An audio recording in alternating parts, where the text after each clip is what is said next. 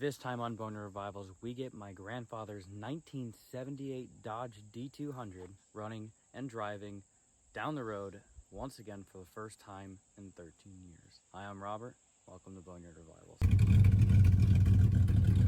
Mopar, no car, baby. You guys have been asking for years, when are you going to do something that's not a General Motors product? Well, today's the day. This is just not any old Dodge pickup, though. This is my grandfather's truck that he custom ordered brand new in late 78. This truck was ordered with a 318 small block Mopar and a 4-speed stick with 411 gears out back. So yeah, you know, this thing's pretty much a tank. However, this truck has been off the road for 13 years, and today that is going to change. All right, so we're going to see if we can get this thing to fire up and go grab the air hose and blow all this stuff off so we're not sucking any of that in. And we'll set our fuel jug in here, toss the battery in, connect it up, and see if we can fire this thing up. Next thing we're going to do is we're going to check all of our fluids, coolant, oil, all that kind of stuff. Again, you don't kind of want to just blindly turn the key, which I know this thing runs. I know that there's oil in it. I know that there's coolant in it, but for you guys at home that are doing this, I want to show you guys doing that so you don't watch this video and, you know, go out in the backyard and point at that car and go, I'm going to fire that thing up, and then you fire it up and it doesn't have oil in it because it had like a rear main seal leak, or the pan rotted out and it's leaking oil everywhere, and then you're mad at me because, you know, you blew up your motor. I'm going to show you how not to do that. Okay, so checking the fluids on this bad boy. Now some of these trucks have the hood hinge on the inside. This one does not. So it's the double latch here. Oh, why is this difficult? Struggling. Okay. So, checking fluids. First one you're gonna want to check is the coolant here. And there is some in it. For whatever reason, this one always runs down a little bit. I don't know if the radiator has a leak, but it's kind of always been like that. Then, of course, for the oil, dipstick's right here, right next to the alternator. Pull that bad guy out. Oh, yeah, dude. So, yeah, it's important just to check the fluids on these, just to make sure. You don't want to not check the fluid and then, you know, be in a heap of trouble later. So, you know, yeah.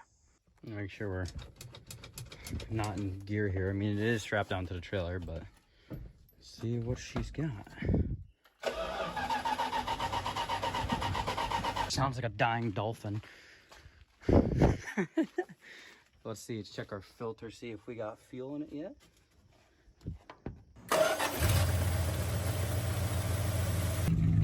Listen to that thing. Yeah, not bad for a bone stock 318. I have never heard a 318 sound quite like that. I like it. I like it a lot.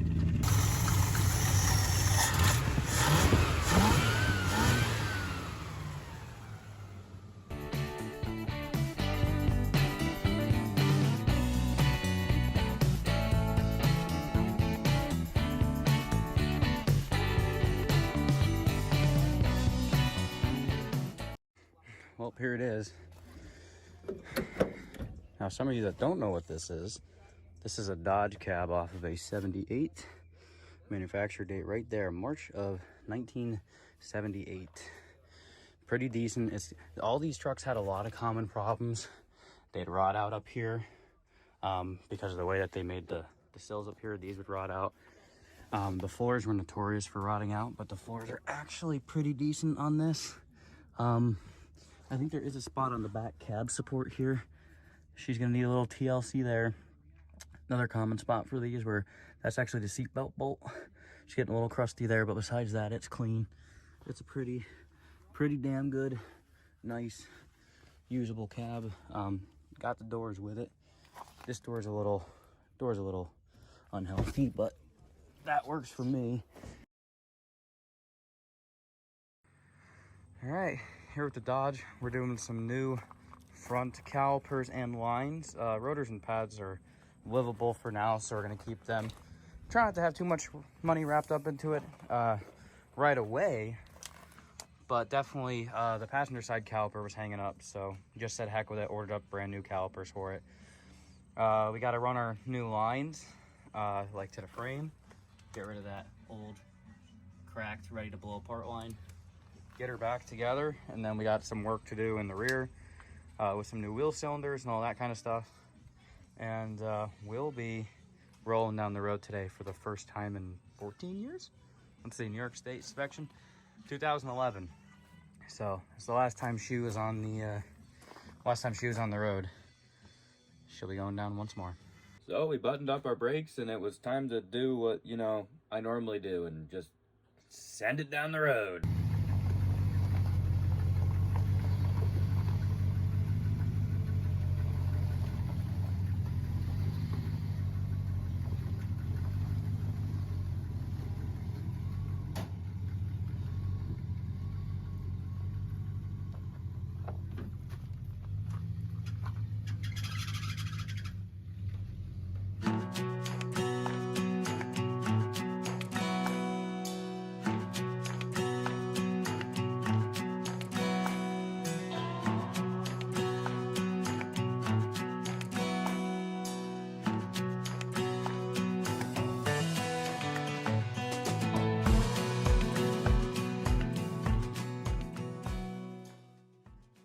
Alright, so this thing is not wanting to run off the tank for whatever reason, so we're gonna have to rig up a fuel cell here or something for it. Just stopped to put gas in this thing too.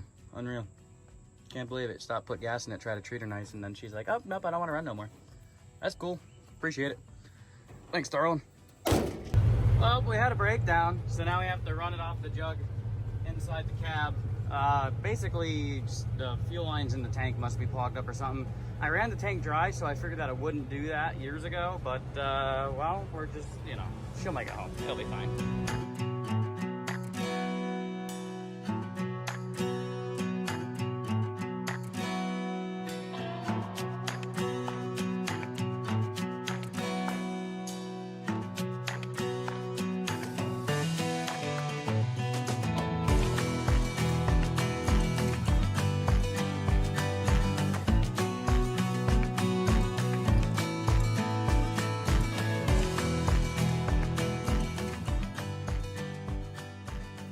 We were talking earlier how we're having fuel delivery issues, and I'm kind of starting to think that it's our mechanical fuel pump. And I was trying a few different things to diagnose it. It would run off the tank for a while, and I swapped, I think, like 2 or 3 different fuel filters out at this point. We had it after the pump, so between the pump and the carb. And the only thing I didn't like about that was that any of the junk, if there's still junk in this tank, it's gonna be sucking it in through the pump and then getting filtered. And I really didn't like that, just because any of that junk and stuff could be getting into the pump and could be wrecking the pump, and ultimately the pump might be ruined now. So what I ended up doing was I swapped the filter to come off our feed line here that runs back to the tank, and I went back and was kind of messing with the tank a little bit, and it seems like all those lines are actually in pretty good shape back there. And what I really started noticing that kind of starts making sense, that would indicate to me it's the fuel pump is going out of it, is that, and it's nice, this filter's a clear filter, I can watch it sucking the fuel through that line into that filter. And what I was noticing is that it seemed like at lower idle point, where I'd sit here and bottle feed it, you know, out of the carb, and just keep filling the bowls and watch and pull our fuel line off, and I could just watch it not pumping any fuel whatsoever until I gave it throttle. Then all of a sudden want to start pumping fuel. So it seems like I'm pretty sure that our mechanical fuel pump here is basically failing. So these mechanical fuel pumps have those 2 bolts there. We're gonna have to pull them off, and then basically the whole assembly should come out. Here's our new one. Look at the throw on that rod. Interesting. So I didn't know these about the Dodges, but this, our actual lobe here we talked, there is no actual rod. I'm so used to small block Chevys, but you see how that's cleaned up on that edge there? Basically what's actually happening is actually, I think this ride's actually right on that lobe. Let's see if we can feed this bad boy in there.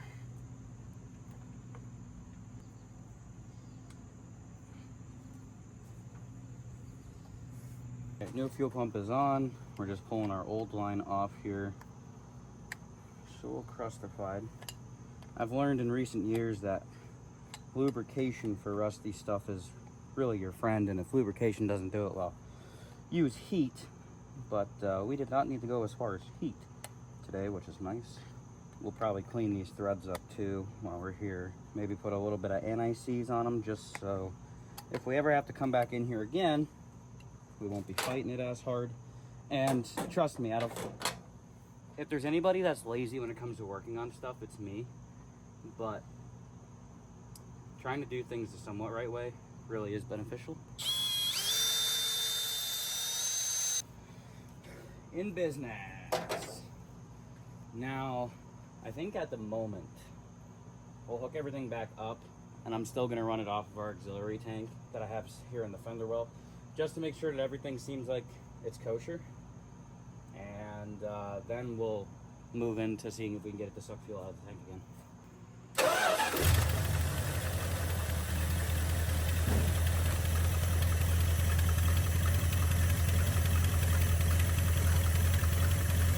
There it goes. Okay. Now we're gonna sit here. I'm gonna let it run for a while.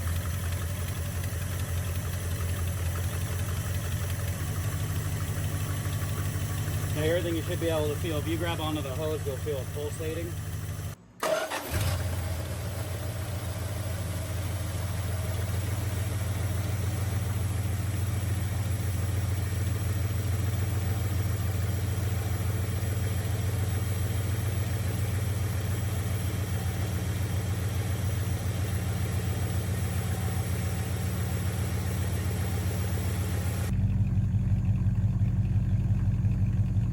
The only thing to do now is go see if it runs and drives, eh?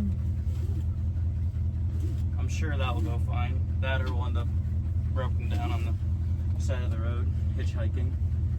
Surprisingly, wouldn't be the first time for that as well.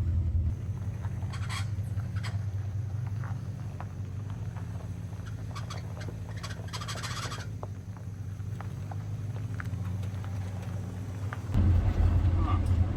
Wipers no longer work. Interesting. Wonder how long it's gonna be until those rear tires just blow up.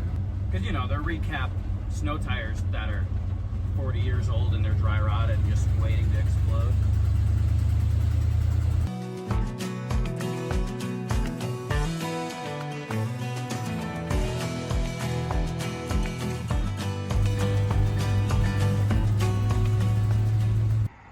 Remember what I said about the whole breaking down thing? Yeah, the fuel filter's clogged.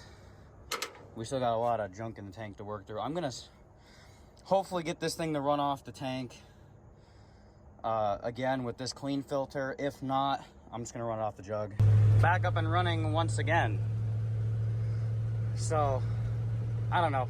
It's almost at this point I almost need to drop the tank out and clean the tank out too. But that's again why we put the filter before the pump, so that it's all getting into the filter, clogging the filter, and not getting fuel instead of clogging up our brand new fuel pump and ruining the diaphragm on that. So take a nice slow drive home and see if she makes it all the way. Hopefully it does. I still have the fuel jug up in the front of it if we need it, and we'll see what happens.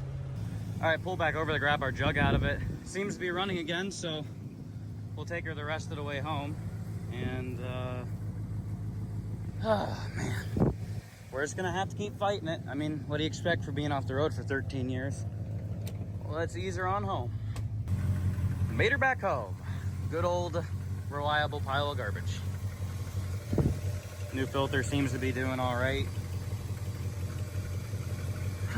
Well, that was a good test drive just to kind of get some quirks out of it. So now we know what we're up against. Definitely keeping that filter in front of that fuel pump to try to stop junk from getting past you know, into the pump and stuff. So, but pretty much, unfortunately, my options at this point are carry 60 new fuel filters with me or drop the tank. So I'll probably do the lazy thing and buy 60 more of those filters because I can buy them for like $1 at my local hardware store. And yeah, we do need to do an oil change too though, so we should probably do that as well.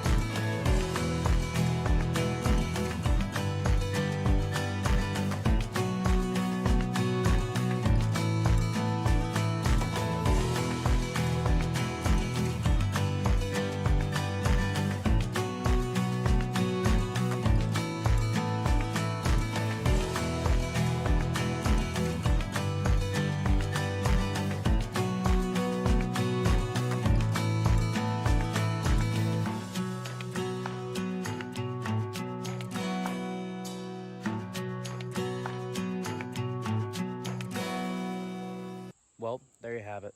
This 1978 Dodge, my grandfather's truck that he custom ordered brand new in 78, once again runs and drives. This video has been a video that I've been working on very hard. We've been working on this video for the past 2 years now, collecting footage and whatnot. And you know, this is something that I knew I was going to own this truck one day when I was 11 years old. And I've been dreaming about being behind the wheel, running it down the road, shifting through the gears. And man, it is surreal to actually be able to do that now. It's just unfathomable, really. This is something I've been dreaming about for a long, long time. So it felt really good to get this thing back out on the road again. And yeah, this one meant a lot. With that being said, thank you guys so much for watching this video. This one is just one that meant a lot to me. So hope you guys did enjoy it. If you get the chance to wrench on Grandpa's old truck, do yourself a favor and do it. The amount of memories that you'll make, the amount of smiles that you'll put on your face, worth every minute. Every breakdown too. You'll smile through it all. If you're new to the channel, please consider subscribing. We do revivals like this all the time, and we'll catch you next time here on Boneyard Revivals. Take care.